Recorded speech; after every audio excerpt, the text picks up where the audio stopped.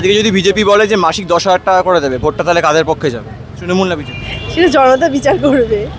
এবার আপনি পড়াশোনা করবেন, এবার সরকার কাউকে বাড়িতে করে চাকরি দেবে না। এবার আমরা সরকার চাকরি দেবে না? অবশ্যই চাকরি, তার জন্য আমাকে শিক্ষাগত যোগ্যতা আমাকে স্ট্যাবলিশ হতে হবে না।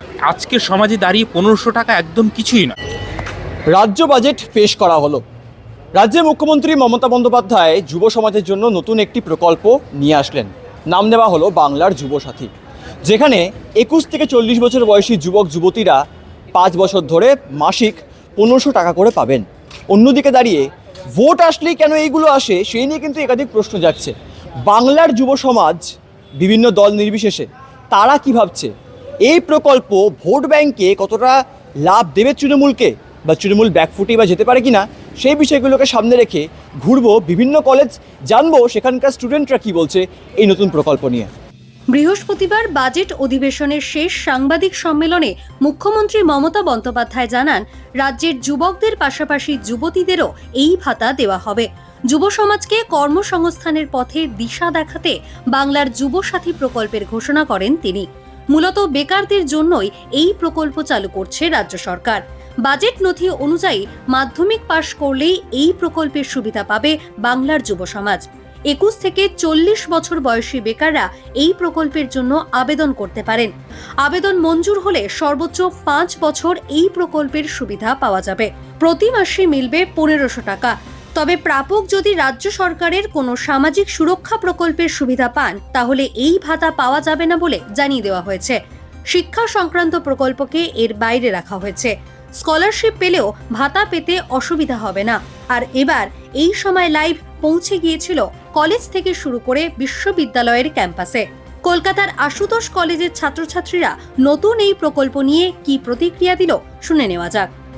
অবভিয়াসলি আমরা তো খুবই খুশি, কারণ বাকি যে প্রকল্পগুলো উনি করেছেন এরকম আমাদের স্টুডেন্টদের জন্য উনি যে ভেবেছেন, এতেই আমরা খুব খুশি। তো এটা হলে তো সবারই ভালো হয়। টাকাটা ফ্যাক্টর না, সে 500 টাকা দিক কি 5000 টাকা দিক, উনি যে বলেছেন এটাই আমাদের জন্য খুব খুশির একটা খবর। স্বাবলম্বী হওয়ার জন্য প্রোটেক্ট করছে। এবার আপনি পড়াশোনা করবেন, এবার সরকার কাউকে বাড়িতে করে চাকরি দেবে না। এবার আমরা সরকার চাকরি দেবে না? অবশ্যই চাকরি, তার জন্য আমাকে শিক্ষাগত যোগ্যতা আমাকে স্ট্যাবলিশ হতে হবে না। এবার আপনি চাকরি করছেন, আমরা সবাই পড়াশোনা করছি, একটা কিছু ভেবে করছি, আমরা চাকরি পাবো। সরকার এখন স্বাবলম্বী হওয়ার জন্য আমাদেরকে একটু সাহায্য করে, টাকাটা দিচ্ছে আমাদের হাত খরচের জন্য বিভিন্ন কারণের জন্য।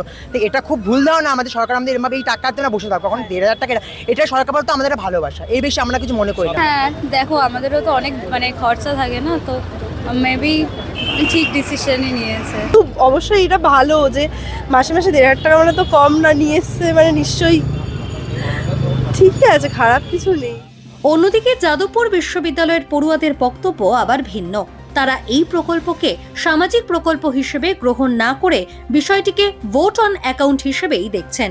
তাদের বক্তব্য, এরকম প্রকল্পের মাধ্যমে যুব সমাজকে স্বনির্ভর করার বদলে আরও সরকার নির্ভর করে তোলা হচ্ছে। দেখুন, এই আজকের সমাজে দাঁড়িয়ে 1500 টাকা একদম কিছুই নয়। আমি একদমই মনে করি যে যুব সমাজকে কর্মসংস্থানের দিকে, তার যে স্কিল ডেভেলপমেন্ট সেই দিকে বেশি ফোকাস করা উচিত। কিন্তু সেই জায়গায় না দিয়ে এই দান খয়রাতির যে রাজনীতি, সেইটা ভারতবর্ষ তথা পশ্চিমবঙ্গের যে অর্থনীতি সেইটাকে আরও তলানিতে ঠেকাবে, এবং এর যে সুদূরপ্রসারী প্রভাব সেটা কিন্তু সমাজ কাটিয়ে উঠতে পারবে না। আমরা আরও অর্থনৈতিক দিক থেকে ক্ষয়িষ্ণুর দিকে যাব। তো সেই জায়গা থেকে আমি মনে করি যে এই দান খয়রাতির জায়গাটা বন্ধ রেখে অন্তত আমাদের যে মানব সম্পদ সেইটাকে গড়ার দিকে রাজ্য এবং সরকার নজর দিক, সেটা হলে সব থেকে ভালো হয়। মানুষকে যখন কিছু একটা ফ্রি দেওয়া হয়, আর এটা আমাদের বয়সে 19, 20, 21, 22, মানুষ সেটার প্রতি খাটনি বন্ধ করে দেয়, যেটা আমাদের দরকার। 5 বছর পরে কি সেটা তো ভাববো না আমরা। এই একটা মানুষকে অলস করার ব্যাপার। এবং সত্যি বলতে গেলে এখন যা দুনিয়ার হাল, যে রেভলিউশন বা হচ্ছে যেই ছাত্র যুব একটা শক্তি, সেটাকে চুপচাপ করে ঘুমিয়ে দেওয়ার একটা পরিকল্পনা, আমার এটাই মনে হয়। আমরা একাধারে যেমন পৌঁছে গিয়েছিলাম কলকাতার আশুতোষ কলেজে, অন্যদিকে আমরা এসেছিলাম যাদবপুর বিশ্ববিদ্যালয়।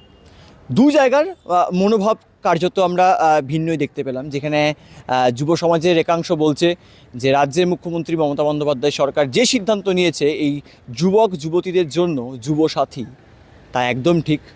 অন্যদিকে দাঁড়িয়ে যাদবপুর বিশ্ববিদ্যালয়ে যারা পড়ুয়া বা এখানে যাদের সঙ্গে কথা বললাম, তারা বলছেন যে কোথাও গিয়ে এই টাকা দেওয়ার মাধ্যমে কর্মসংস্থান বাড়বে না, বরঞ্চ যারা টাকা পাচ্ছে তারা আবার সেই বাড়িতে বসে পড়বে এবং তারা ভাববে প্রত্যেক মাসে যখন আমরা টাকা পাচ্ছি তাহলে আমরা কেন কাজ করব। অর্থাৎ মিশ্র প্রতিক্রিয়া কিন্তু বর্তমান। সমস্ত বিষয় মিলিয়ে ভোটের আগে এই যে সিদ্ধান্ত নিল রাজ্যের মুখ্যমন্ত্রী মমতা বন্দ্যোপাধ্যায় সরকার বাজেট পেশের সময়, সেটা ভোটবার্ষিকীর প্রভাব ফেলবে, সেটা শুধুমাত্র এখন সময়ের অপেক্ষা। ক্যামেরায় প্রত্যয় মুখোপাধ্যায়ের সঙ্গে সুব্রজিৎ চক্রবর্তী, এই সময় লাইভ, কলকাতা।